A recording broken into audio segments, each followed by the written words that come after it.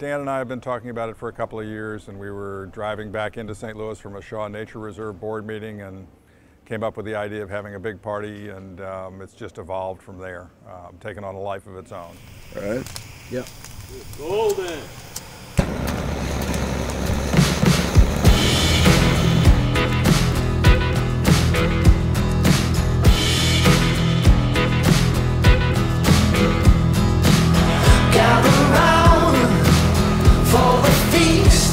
Wanted to do a big and exciting thing, and Gerard Kraft, the owner of Niche Restaurant, stepped up and said, I'd like to help this cause. I believe in conservation and working to make Missouri a better place. So let me get involved and get my pals in the restaurant business, and we'll throw a big party. So that's what's going on today. This is gonna be fun.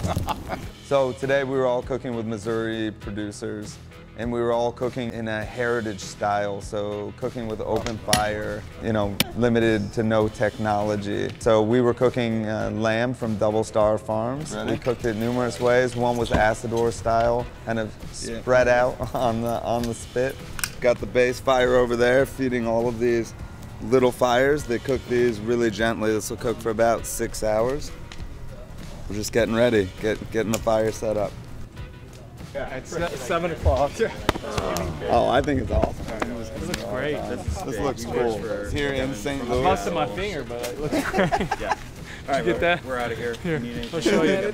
This is what my pasta finger looks like.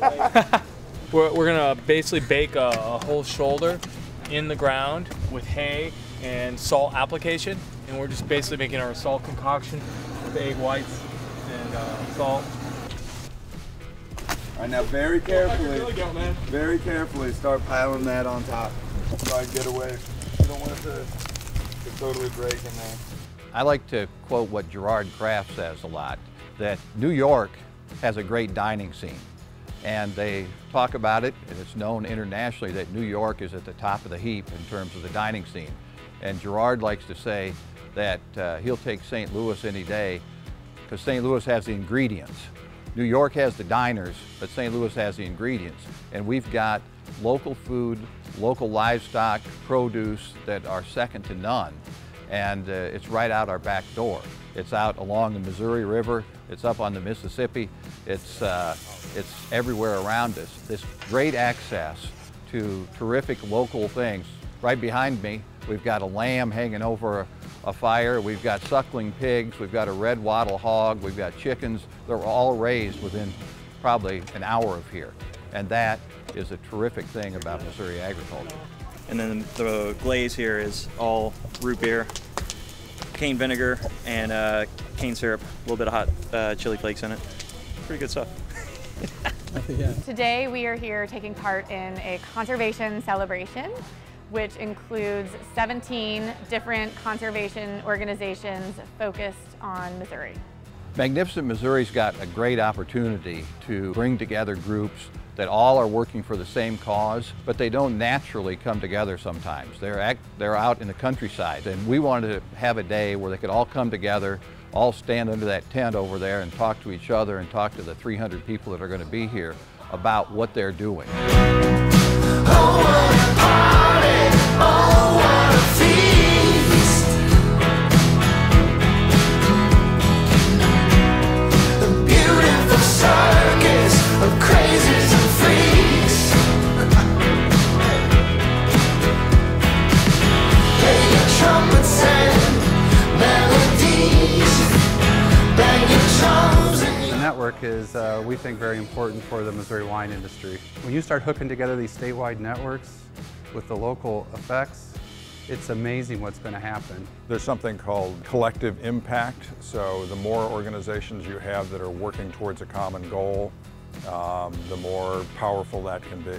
Today we're trying to bring awareness to conservation, both of the Missouri River systems and Missouri wine country and the Missouri countryside.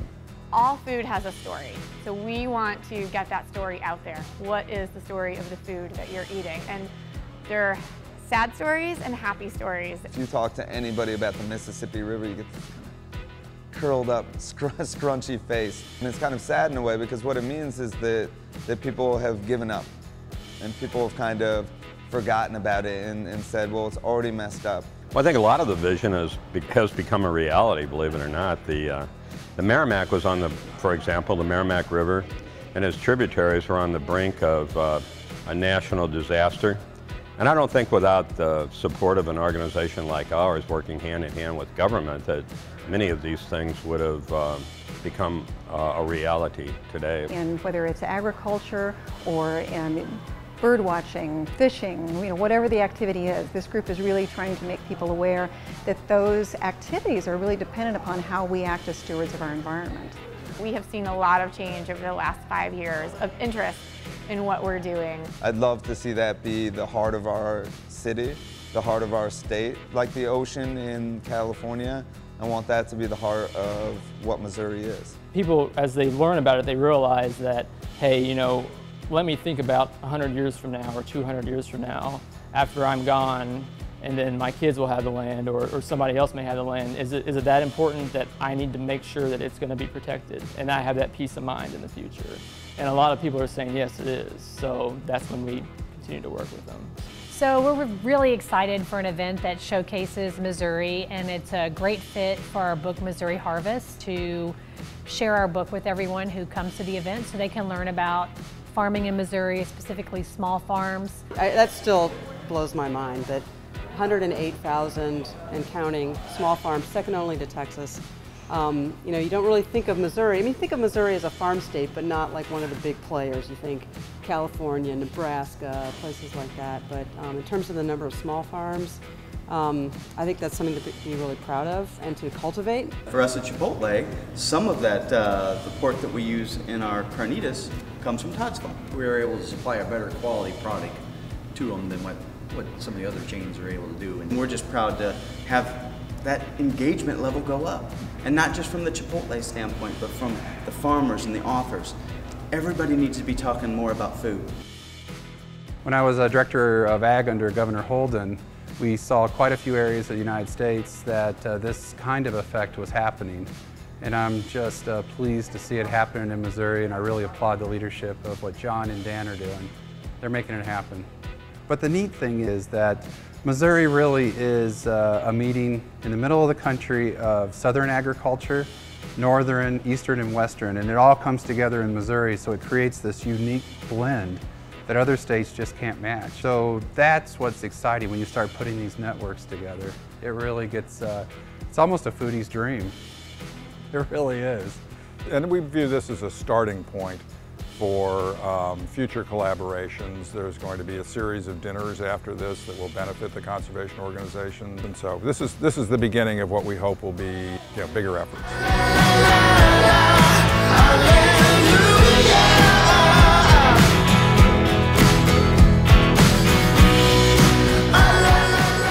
Sponsors are William T. Kemper Foundation, Chipotle Mexican Grill, AT&T, College of Agriculture, Food and Natural Resources at the University of Missouri at Columbia, the Missouri Grape and Wine Board, Agra Missouri, and Schlafly Brewery, my personal favorite. We wanted to thank the sponsors for their contributions. Yay, thanks to the sponsors. Thank you, sponsors.